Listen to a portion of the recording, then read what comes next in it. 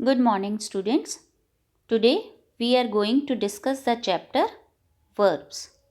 Verbs. To understand the chapter, we should know the meaning of verbs. सबसे पहले हमें ये पता होना चाहिए कि वर्ब होती क्या है. वर्ब का मतलब होता है बेटा क्रिया. क्रिया मतलब काम. In English we can say doing words or action words. Doing words और एक्शन वर्ड्स को हम वर्ब्स कहते हैं और हिंदी में क्रिया या काम. So now let's know the definition of verbs. बेटा, words that tell us what someone or something does are called verbs. In Hindi में क्या मतलब होता है बेटे कि वो शब्द जिससे हमें किसी काम के करने का या होने का पता चले तो उसे हम वर्ब कहते हैं. ठीक है. जैसे वर्ब्स डिस्क्राइब एक्शन. वर्ब को जो है काम का वर्णन करता है. ठीक है. Eat, play and sleep are all verb. जो ये ईट, प्ले और स्लीप है ये सभी क्या हैं? वर्ब्स हैं. मतलब कोई काम है. खाना, सोना, खेलना, ये सभी क्या हैं? काम है. इन शब्दों से हमें ये पता चल रहा है कि भाई ये काम है. खाना का मतलब जैसे हम खा रहे हैं तो ये काम हो गया ना. हम खाना क्या कर रहे हैं? खा रहे हैं, तो वो काम हो गया. खेलना, खेल रहे हैं, तो उससे हमें पता चलता है प्ले से कि भाई कोई काम हो रहा है. क्या काम हो रहा है? खेल रहे हैं. ठीक है. तो जिस शब्द से हमें ये पता चले कि भाई कोई काम हो रहा है या कोई काम कर रहा है तो उसे हम क्या कहेंगे? वर्ब कहेंगे. अब बेटा वर्ब जो होती हैं वो मेनली 2 टाइप्स की होती हैं. कौन कौन सी वर्ब होती हैं? एक तो मेन वर्ब होती है और एक होती है हेल्पिंग वर्ब. ठीक है. तो मेन वर्ब का मतलब होता है मुख्य क्रियाएं और हेल्पिंग वर्ब का मतलब सहायक क्रियाएं. Main verbs talk about a certain action. जो ये मुख्य क्रियाएं होती हैं ये किसी निश्चित काम की ओर संकेत करती हैं. For example, the boys fly kites. लड़के पतंग उड़ाते हैं. तो यहाँ पर जो फ्लाई है, उड़ाना है, जो वो वर्ड जो है वो मेन वर्ब है. क्या है? मेन वर्ब है, मुख्य काम है. और ऐसे ही अगले सेंटेंस में देखिए, the sun shines in the sky. सूर्य आकाश में चमकता है. तो जो चमकना है वो मेन वर्ब है बेटा. मेन काम चमकना हो गया ना. तो यहाँ पर ये जो शाइन्स है ये मेन वर्ब हो गई. And in the other sentence, the stars twinkle at night. तारे रात में टिमटिमाते हैं. तो यहाँ पर ट्विंकल जो है वो मेन वर्ब है, टिमटिमाना. ठीक है. And the last sentence is, the girl rides on the bicycle. लड़की साइकिल चलाती है.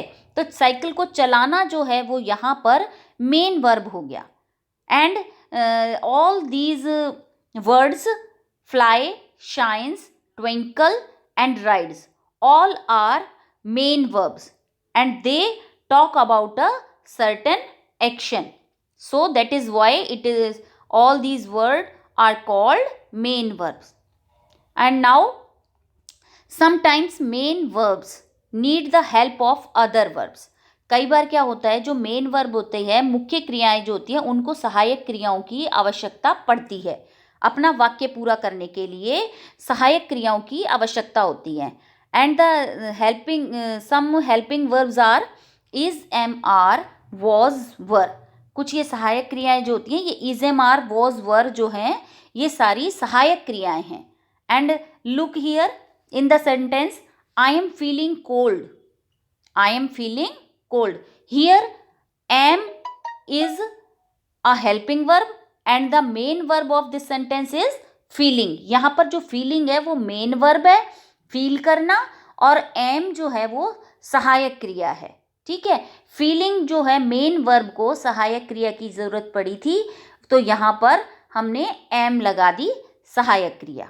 Okay. And it in the next sentence, it is raining outside.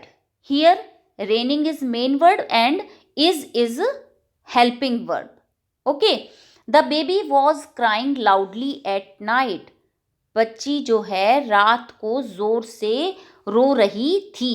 Here crying is main verb and was is helping verb. And in the last sentence we will finish our project on time. हम अपना project time पर खत्म कर लेंगे. Will is used as a helping verb and here finish is the main verb of the sentence. Okay, यहाँ पर जो है all these sentence, in all these sentence am, is, was and will are used as a helping verb.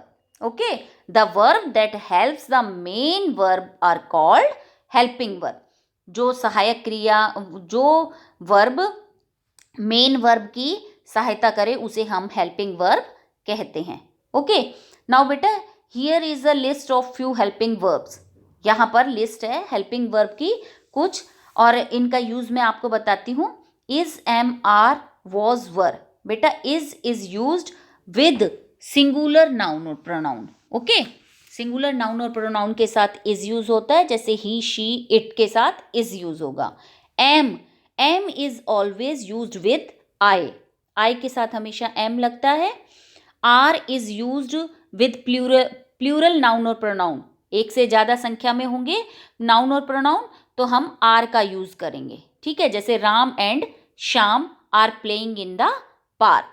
Ram and Shyam 2 जने हो गए तो इसलिए हमने आर को यूज किया प्लूरल नाउन के साथ. ओके, ऐसे he was is used with singular and were is used with plural noun or pronoun. Okay, was is used with he, she, it. Okay, and were is used with I, you, we and they. ठीक है, ये I, we, you, they. I singular है लेकिन I के साथ हमेशा वर लगेगा, और I के साथ was भी लगता है बेटा, लेकिन वर जो है वो प्लूरल के साथ यूज होता है. ठीक है, you were, they were, we were. ठीक है, इनके साथ वर यूज होगा. अब आ जाइए नेक्स्ट पर डू. बेटा do is used with I and they, we, you. I, you, we, they, इनके साथ डू यूज होता है प्लूरल के साथ. Okay, do is used with plural noun और pronoun. Okay, and does is used with singular noun. Okay, he, she, it के साथ does आएगा और आई, यू, वी, दे के साथ डू आएगा. ओके बेटा, now did is always used in past tense with singular as well as plural noun. Plural और singular did जो है दोनों के साथ यूज होता है. ठीक है, now has is used with singular noun और प्रोनाउन. ओके, सिंगुलर के साथ यूज होता है हैज.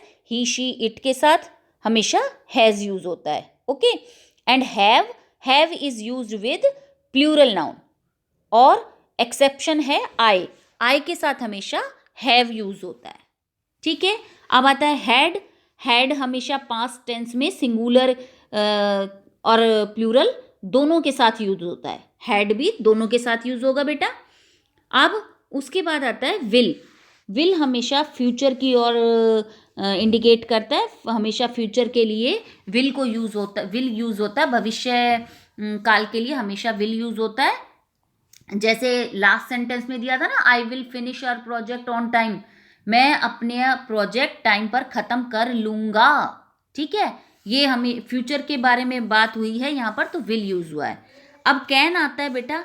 कैन एबिलिटी के लिए यूज़ होता है. जब कोई काम को हम कर सकने की एबिलिटी हो तो उसको हम वहाँ पर हम कैन यूज़ करते हैं. जैसे I can swim, I can dance. Okay, could हमेशा पास्ट की एबिलिटी के लिए यूज़ होता है. ठीक है, कि भाई मैं ये काम कर सकता था. ठीक है, या कर सका. ठीक है, I could run 10 kilometre when I was younger. मैं जब 10 साल का था तो 10 किलोमीटर तक दौड़ सकता था. ठीक है, तो यहाँ पर कुड आएगा. मे आता है परमिशन के लिए. फॉर्मल परमिशन के लिए हम मे को यूज करते हैं, जैसे मे आई कम इन या मे आई गो या इट मे रेन, ठीक है। पॉसिबिलिटी के लिए भी और परमिशन के लिए मे को यूज किया जाता है। और मस्ट के लिए टू एक्सप्रेस नेसेसिटी, कोई बहुत जरूरी चीज के लिए हम मस्ट को यूज करते हैं, जैसे I must finish the exercise today, मुझे आज ही, मतलब जहां पर जरूरी के लिए आ जाए ना कि ये काम जरूरी करना है, तो वहां पर हम मस्ट को यूज करते हैं। ओके बेटा, I think you understand the chapter बेटा। Now come to the exercise बेटा। Read the words, colour the verbs with red colour. यहाँ पर आपको जो वर्ब है ना उस बॉक्स को आपने कलर करना है, ठीक है। जिस बॉक्स में वर्ब हो वहाँ पर आपको सर्कल कलर करना है। यहाँ पर देखिए मैंने सेकंड लाइन में राइट को क्लाइंब को, ये तीनों वर्ब हैं तो इनको कलर किया है। नेक्स्ट लाइन में एक भी वर्ब नहीं है, और उससे अगली लाइन में ride, hide, grow, learn, think, इन सभी वर्ड से हमें काम करना का पता चलता है, तो इसलिए हमने इनको कलर कर दिया। और लास्ट लाइन में सिंग और स्विम, इन दो को हमने सर्कल किया है। गाना, तैरना, ये दोनों काम कर वर्ब्स हैं, इसलिए इनको हमने कलर कर दिया। अब आता है नेक्स्ट एक्सरसाइज बेटा। Choose the correct helping verb from the brackets for each sentence. हमें करेक्ट हेल्पिंग वर्ब को चूज करना है। Ashwani can speak 4 languages. Ashwani, यहाँ पर अब देखो एबिलिटी को शो कर रहा है, तो यहाँ पर हमने कैन को चूज किया है। I am studying for my test, I के साथ एम आता है हमेशा, तो एम को सर्कल किया है। माई ब्रदर इज, अब माई ब्रदर सिंगुलर है इसलिए हमने इज को चूज किया है। My brother is watching a movie. The children यहाँ पर प्लूरल नाउन है, इसलिए हमने आर को चूज किया है। The children are playing in the park. I will eat a sandwich for breakfast tomorrow. Tomorrow, आने वाले कल को हम टुमोरो कहते हैं, तो ये फ्यूचर आ गया यहाँ पर, तो फ्यूचर के लिए हमने विल को चूज किया है। Now come to the next exercise. Find the verbs in the word box to complete these sentences. Box में हमें वर्ब दी गई हुई है, तो उनको करेक्ट फॉर्म में हमें लिखना है। Father is reading the novel in his tent, ठीक है। फादर सिंगुलर है, इज लगाएंगे, फिर reading, okay. My brothers are packing, brothers plural है इसलिए आर लगाया है। द फैंस आर ब्लोइंग, ठीक है, फैंस प्लूरल है इसलिए आर लगाया। I sit in the last desk of the class, मैं लास्ट डेस्क पर क्लास में बैठता हूँ। द स्क्वेरल्स प्लूरल है, आर ईटिंग लगा दिया। The boats are sailing, boats भी प्लूरल है इसलिए हमने आर लगाया। I am cutting the bread into slices, ठीक है, आई के साथ एम यूज होगा। We can see a deer in the bushes, हम एक डियर को बुशेस में देख सकते हैं, okay.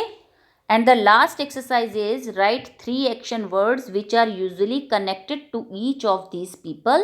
First one is done for you.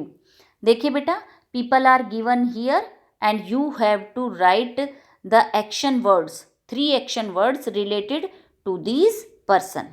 Okay? For example, a student reads, writes, plays. Student क्या करता है? पढ़ता है, लिखता है, खेलता है. A क्रिकेटर क्या करता है?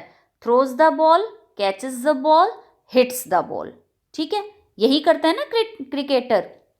And the last is a tailor alters the clothes, stitches the clothes, cuts the clothes, यही करता है टेलर। तो हमने ये action words related to these persons लिख दिए हैं। आई थिंक यू अंडरस्टैंड बेटा। And the last exercise is find out verbs from this word grid. Word grid में से हमें वर्ब्स को ढूंढकर सर्कल करना है। तो walk, see, sleep, play, tear, talk, like. All these are verbs we find. Okay, I hope you understand the chapter beta. So that's all for the day. Goodbye beta.